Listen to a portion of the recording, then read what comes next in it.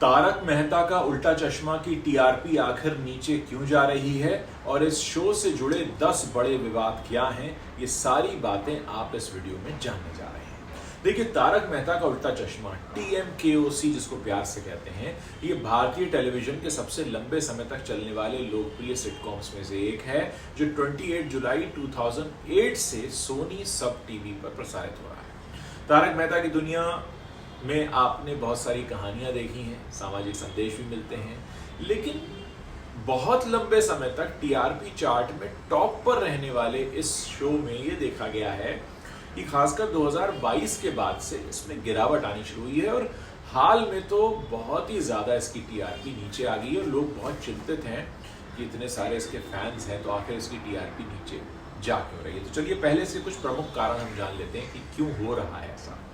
देखिए, एक तो रिपीटेटिव स्टोरी लाइन है और फ्रेशनेस की कमी है। तारक मेहता की कहानियां शुरुआती दौर में ताज़ा थीं, मज़ेदार थीं, जो रोज़मर्रा की ज़िंदगी की छोटी छोटी घटनाओं पर बेस्ड हुआ करती थी, लेकिन 4000 से भी ज़्यादा एपिसोड्स के बाद कई दर्शक ये मानते हैं कि कहानियां अब रिपीट हो रही हैं। जेठालाल की परेशानियां, टप्पू सेना की शरारतें और भूत प्रेत जैसे ट्रैक्स बार बार सामने आते हैं, जिससे दर्शकों का उत्साह कम हो रहा है। प्रिया आहूजा, जो रीटा रिपोर्टर हैं, उन्होंने 2023 में एक इंटरव्यू में कहा था कि टीआरपी में कमी दर्शकों के बदलते नजरिए और दूसरे प्लेटफॉर्म्स पे जो बाकी के शो पॉपुलर हो रहे हैं, उसका एक प्रमुख वजह है कि इसकी टीआरपी नीचे जा रही है। इसके जो बड़े कलाकार रहे हैं, बड़े किरदार रहे हैं, जैसे दिशा बखानी जो दयाबेन प्ले करती थी, या शैलेश लोढ़ा जो तारक मेहता बनते थे, नेहा मेहता जो अंजलि बनती थी, या गुरचरण सिंह सोढ़ी बनते थे, उनके छोड़ने से भी इसे काफ़ी नुकसान हुआ क्योंकि दर्शक नए चेहरों को एक्सेप्ट नहीं कर पाए। दयाबेन का किरदार शो की आत्मा माना जाता था, लेकिन वो पिछले कितने सालों से गायब है। लोग अब उस साल की गिनती भी भूल चुके। कंपटीशन बहुत बढ़ा है। निर्माता असित मोदी ने 2025 में एक इंटरव्यू में खुद कहा था कि डिजिटल प्लेटफॉर्म जैसे नेटफ्लिक्स, हॉटस्टार, सोनी लिव, इन पर जो शोज आ रहे हैं वो हमारा बहुत बड़ा कंपटीशन। इसके अलावा अनुपमा, ये रिश्ता क्या कहलाता है, उड़ने की आशा, ऐसे शोज ने भी इसकी टीआरपी को नीचे लाने का काम किया। बहुत सारी कंट्रोवर्सीज भी हुई, शो से जुड़े कई विवाद हुए, जैसे कलाकारों के आरोप लगाना।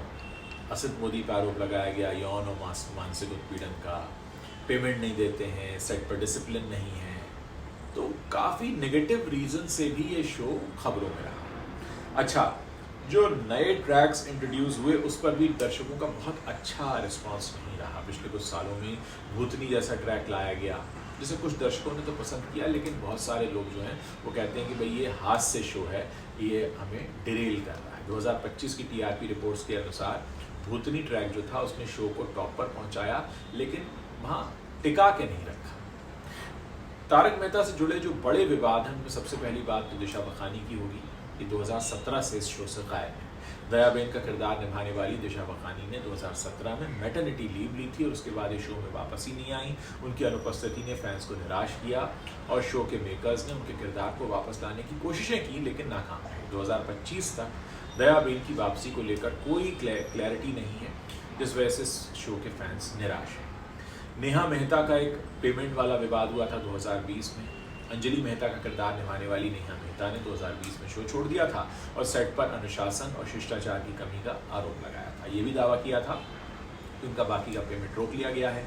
नीला फिल्म प्रोडक्शंस ने जवाब में कहा था कि नेहा ने डॉक्यूमेंट साइन नहीं किए हैं और इस वजह से उनका पेमेंट रुका हुआ है। तो कुल मिलाकर इस विवाद से शो की छवि को नुकसान पहुंचा था। फिर शैलेश लोढ़ा वाला विवाद हुआ 2022 में। तारक मेहता का किरदार निभाते थे शैलेश लोढ़ा, 2022 में शो छोड़ दिया। फिर एक इंटरव्यू में उन्होंने बताया कि असित मोदी ने उनके साथ अच्छा व्यवहार नहीं किया, जिससे उनके स्वाभिमान को ठेस पहुंची, और ये कंट्रोवर्सी भी इस शो के नेगेटिव पब्लिसिटी का कारण बनी। जेनिफर मिस्त्री का जो बवाल हुआ था 2023 में, उन्होंने यौन उत्पीड़न का आरोप लगाया था। फिर रोशन सोढ़ी का किरदार निभाने वाली जो ये जेनिफर मिस्त्री थी, इन्होंने 2023 में असित मोदी, ऑपरेशन हेड सोहेल रमानी और जतिन बजाज, इन पर यौन और मानसिक उत्पीड़न के आरोप लगाए थे। इस शिकायत पर मुंबई पुलिस ने मामला भी दर्ज किया था, जिससे इस शो की छवि को गहरा नुकसान पहुंचा। फिर गुरचरण सिंह का पेमेंट वाला विवाद 2020 में, फिर 2025 में। सोढ़ी का किरदार निभाने वाले गुरचरण सिंह ने 2020 में शो छोड़ दिया था।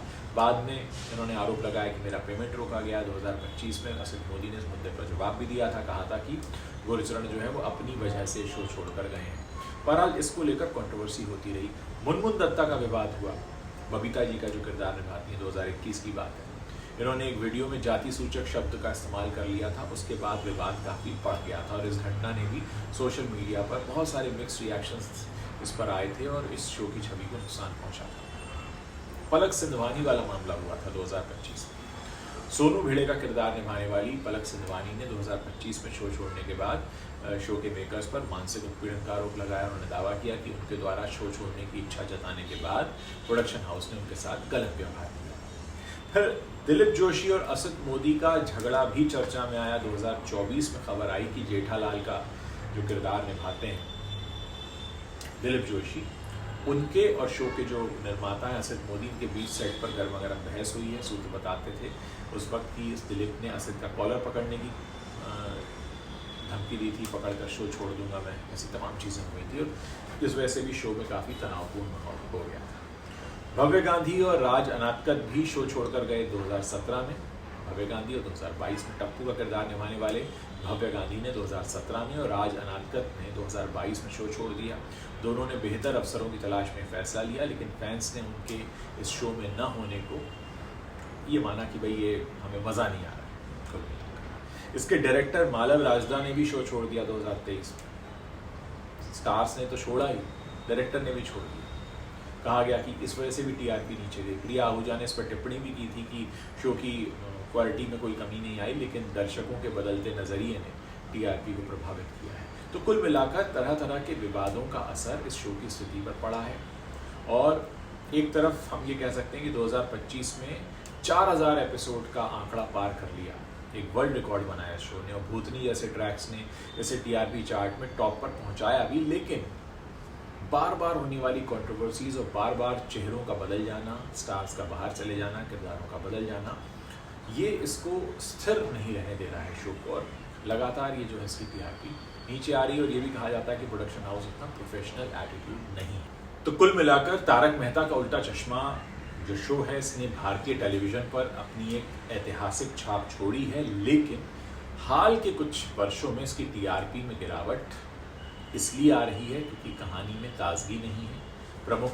कलाकार शो छोड़ रहे हैं, कंपटीशन बढ़ रहा है, दयाबेन नहीं है, पेमेंट को लेकर तमाम तरह के आरोप, यौन उत्पीड़न के आरोप, मानसिक उत्पीड़न के आरोप, बार बार कुछ ऐसे ट्रैक्स इंट्रोड्यूस करना जिससे इसका जो मूल आत्मा है इस शो की, वहाँ से शो भटक जाता है। कुल मिलाकर अगर कहानी में फिर से वही ताजगी लाई जाए, जितने कलाकार बाहर गए हैं उनमें से जितनों को भी वापस लाया जा सकता है, यानी शो अगर पुराने स्वरूप में वापस लौटता है तो इस शो को एक बार फिर से टीआरपी चार्ट्स में हम ऊपर जाता हुआ देख सकते हैं। लेकिन इसको लेकर इतने विवाद हो चुके हैं।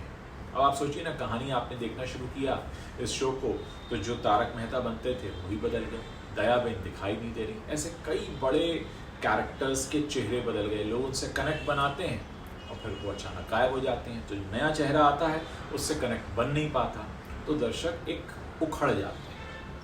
अगर ये शो फिर से पहले जैसी स्थिति में जाता है, उसी तरीके की कहानियाँ, उसी तरीके के किरदार, वही चेहरे, मान लीजिए दयाबेन की वापसी हो जाए इस शो में, तो डेफिनेटली इसकी टीआरपी जो है ऊपर चली जाएगी। तो ऐसी कुछ चीज़ें अगर होती हैं तो ये शो एक बार फिर से ऊपर जाना शुरू होगा।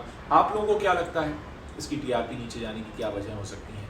आप इस बारे में अपनी जो राय रखते हैं फिर इस वीडियो के नीचे कमेंट सेक्शन में लिखना मत भूलिए।